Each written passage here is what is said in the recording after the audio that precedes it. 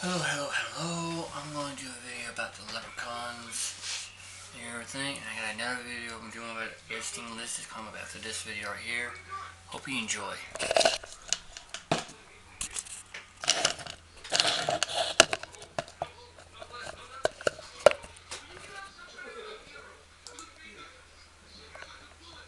Comedy film series? Seriously, 8. And Hollywood is absolutely working on a reboot. But does the magical miniature murder machine portrayed by Warwick Davis in all but 2 of the Leprechaun films line up with what we find in Irish folklore? Or is the folkloric leprechaun more akin to the happy-go-lucky American cereal mascot? And while we're on the subject, where do leprechauns come from? And what does the word leprechaun mean?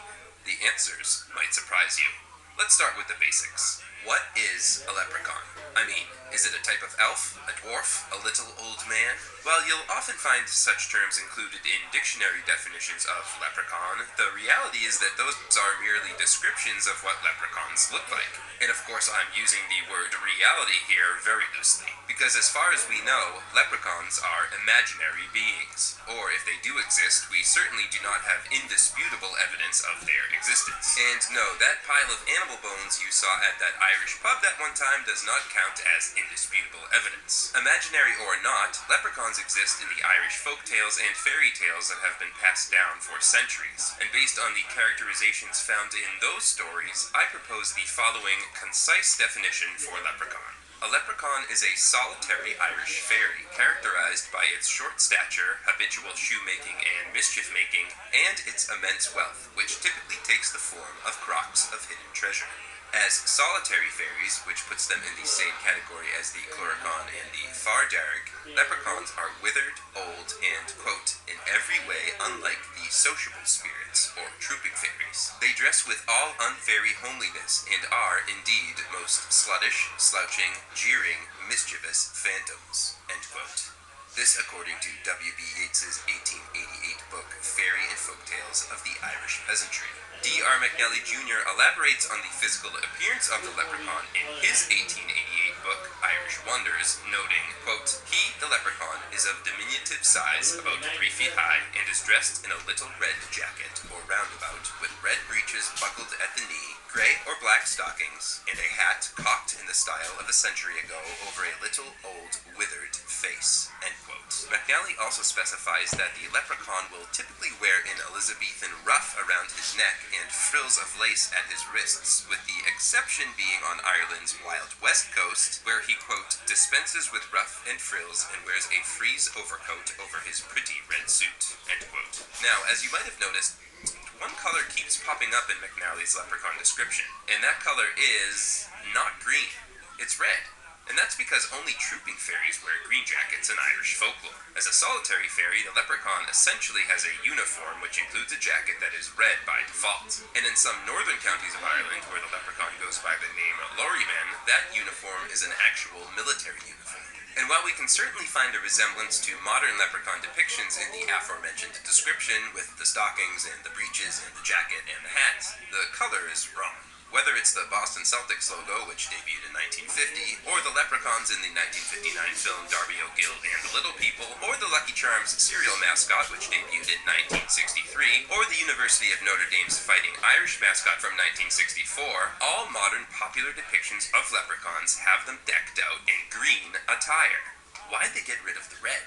It's simple. It made for better advertising. Well, okay, here's the full explanation. Since at least the mid-17th century, the national color of Ireland has been green, and over time, the Emerald Isle has only grown more synonymous with the color. Thus, when illustrating a leprechaun, what better way to show that it is a leprechaun from Ireland and not a gnome or what have you, than by giving it green attire. The same thing happened with St. Patrick, who, in his earliest depictions, is always adorned in blue. He even has a shade of blue named after him. Unlike St. Patrick, however, leprechauns haven't just been greenwashed, they've also been cute-washed, a clear attempt by advertisers to make leprechauns appealing to children. Leprechauns from Irish folklore and mythology are lots of things, but cute they are not.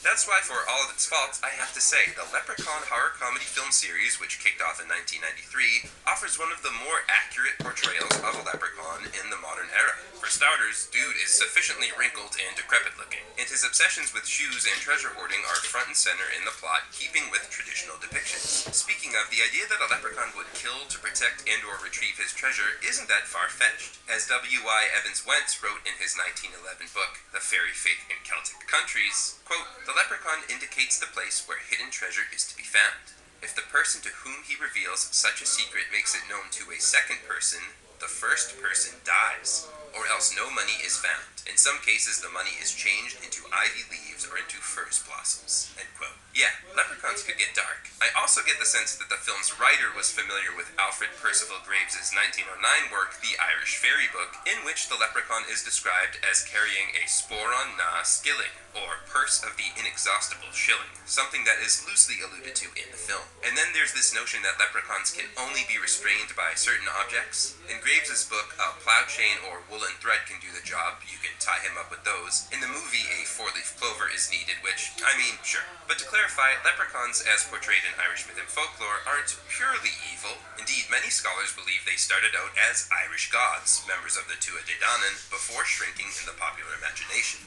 As Thomas Cahill explained in his 1994 book, How the Irish Saved Civilization, quote, "In the foundation myth, the Tuatha Dé Danann are preternaturally skilled in building and craftsmanship. These taller, otherworldly beings eventually devolve into the little people, the fairies and leprechauns of later Irish legend, whose spirits haunt the tombs and fairy mounds they once built. The little people is a euphemism, rather like the prehistoric phrase le bon Dieu, meant to disguise the speaker's fear of something unfamiliar and much larger than himself. It is possible that this flickering phenomenon of the little people represents the afterglow of Irish guilt over their exploitation of more artful aborigines." End quote.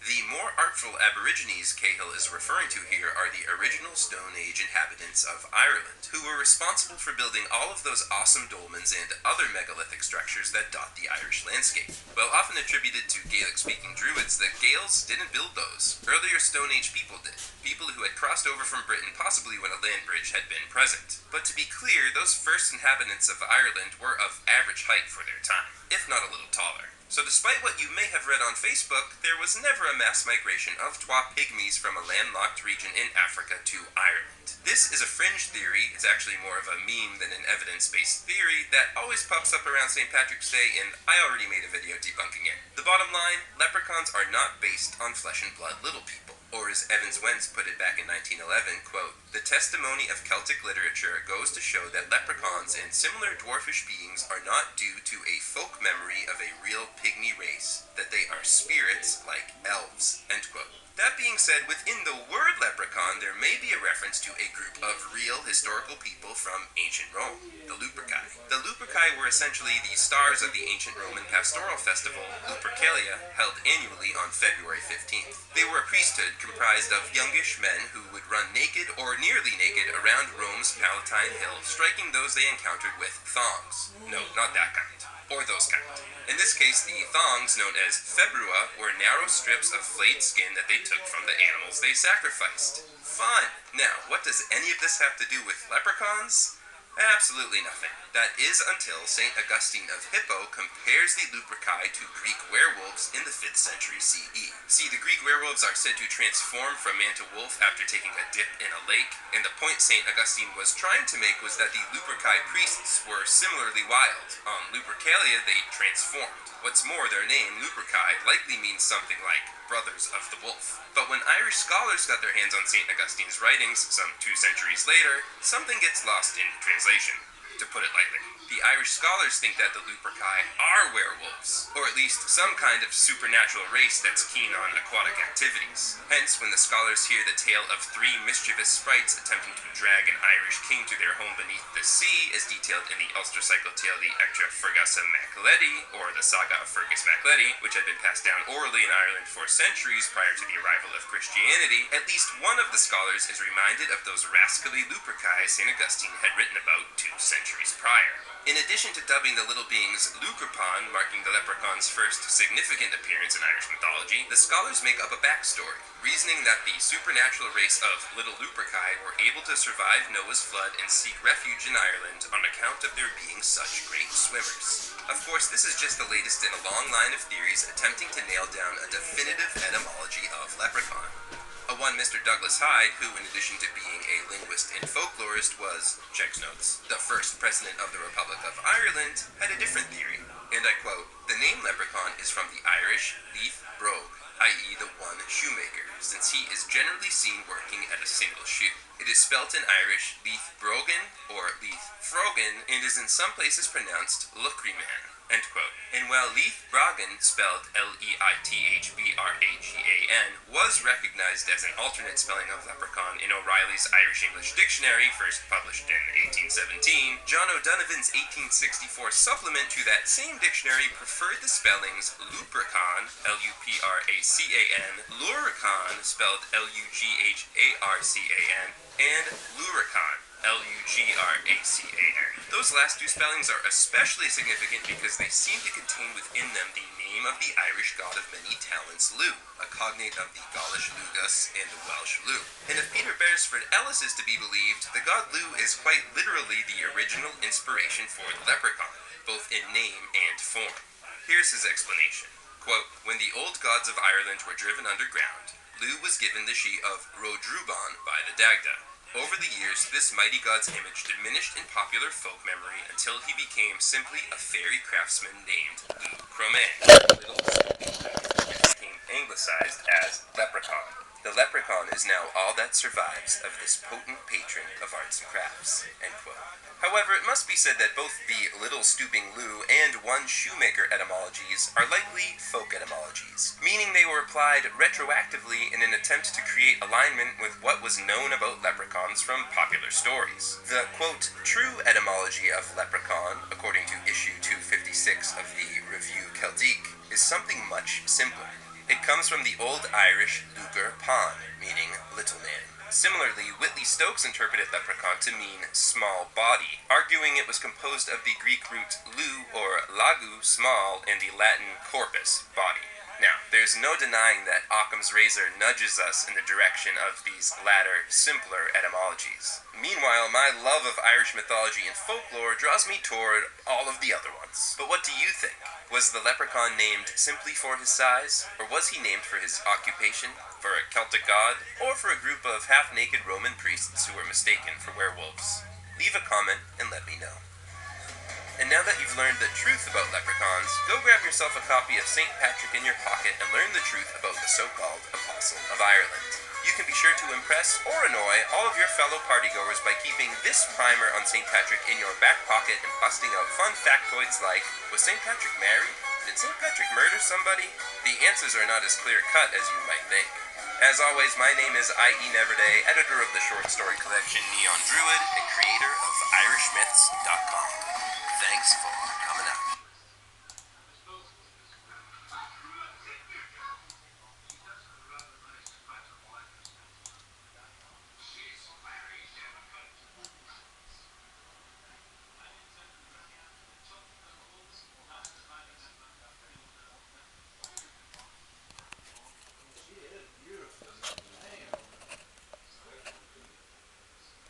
Ready to tackle your debt? We can help. A Stretch Financial Wellness Vision subscription can help you visualize. The term fairy nowadays, for the most part, has positive connotations, and from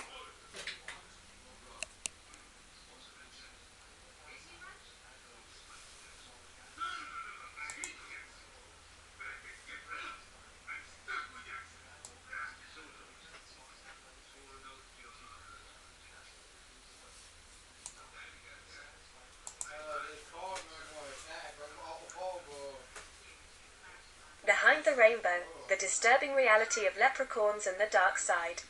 Famous in Irish mythology, leprechauns are creatures whose likeness is frequently linked to fortune, pots of gold, and rainbows. But these creatures have a darker side that is frequently ignored. Leprechauns were thought to be mischievous and occasionally evil creatures that could harm people in Irish legend.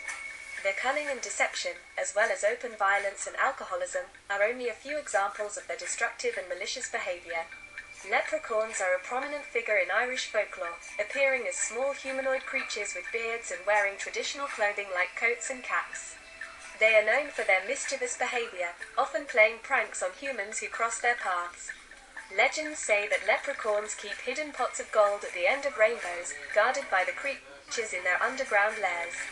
Leprechauns have also been referred to as shoemakers of legend due to their craftsmanship when it comes to repairing shoes and other pieces of leatherwork. In some stories, they even use magic powers to complete these tasks quickly or even bring them alive. Many people still believe that if you can catch a leprechaun, he may grant you 3 wishes in exchange for his freedom. The leprechaun's violent reputation is one of the most concerning aspects of the dark side. Leprechauns are sometimes portrayed as having short tempers and being easily angered, quickly lashing out against anyone they perceive to have wronged them. They may even resort to physical violence if provoked or threatened, using their magical abilities to cause harm that can last for hours or days depending on the severity. Reports suggest that some victims have been cursed with bad luck for weeks after encountering a hostile leprechaun, while others have suffered long-term physical injuries inflicted by these mythical creatures. In one tale, a farmer captures a leprechaun and commands him to reveal the location of his pot of gold. As the farmer declines, the leprechaun attacks him in a fit of wrath, leaving him wounded and scarred. The tale of the farmer and leprechaun demonstrates just how dangerous a leprechaun's temper can be. Despite their small stature, they are capable of inflicting serious harm when provoked. The story also illustrates their strong sense of autonomy. It is clear that leprechauns will not yield to anyone who attempts to control or manipulate them against their will. This fierce independence has earned them both respect and fear from humans, as well as an understanding that one should never attempt to capture or coerce a leprechaun into revealing his pot of gold. While these creatures may seem like harmless tricksters in some tales, this particular story serves as a reminder that they can be powerful and unpredictable adversaries if provoked. The leprechaun's reputation for deceit and treachery is well known, but its darker side has been largely overlooked. Leprechauns are infamous for their devious practical jokes that often have malicious intent. They can steal goods or manipulate people with false promises of great rewards, only to disappear into the shadows when they've gotten what they wanted. In some cases, they may even pretend to be another creature or entity in order to deceive unsuspecting victims into making poor decisions that could lead them down a path of destruction. This further cements their image as dangerous, untrustworthy monsters who will stop at nothing to get what they want. The folklore of the leprechaun is full of stories about their mischievous natures and their ability to pull off clever pranks. In one tale, a man captures a leprechaun and demands that he hand over his gold pot. The leprechaun agrees, but only after the man counts to 100 with his eyes closed. When the man opens his eyes again, he realizes that he has been tricked as the leprechaun has vanished in the meantime. This story speaks volumes about how cunning and manipulative these mythical creatures can be when it comes to achieving what they want. It highlights not only their cleverness, but also their capacity to influence people into playing along with their schemes, no matter how crazy they may seem on paper. The connection between leprechauns and drunkenness has been a part of Irish legends for centuries. Leprechauns are often depicted as strong drinkers who use alcohol to fuel their mischievous behavior, making them more dangerous than they would be sober. Some stories even suggest that leprechauns will go so far as to steal alcohol from people or concoct their own brews in order to get drunk, which can sometimes contain poison or other deadly substances. The fact that these creatures rely on alcohol is one of the darkest features of their evil side and something many people fear when it comes to encountering a leprechaun. It's said that they often invite unsuspecting bystanders into their revelries, luring them with promises of good times and copious amounts of alcohol. The next morning, however, those same people find themselves in a ditch somewhere, hungover, disoriented and confused about how it happened. This is because leprechauns are known for their trickery. They take advantage of those drawn into their worlds by making them consume too much liquor until they pass out. By exploiting this weakness for intoxication, these conniving sprites can leave even the most sensible people feeling embarrassed or worse for wear when facing reality again. The dark side of leprechauns extends far beyond how they treat people, as some legends suggest that they can be extremely competitive and even engage in violent conflicts or warfare with one another. These battles are often fought over disputed territory, resources, or other matters. Those who find themselves in the midst of these confrontations may be in a dangerous situation with no certain outcome. In addition to being potentially hazardous for those involved, these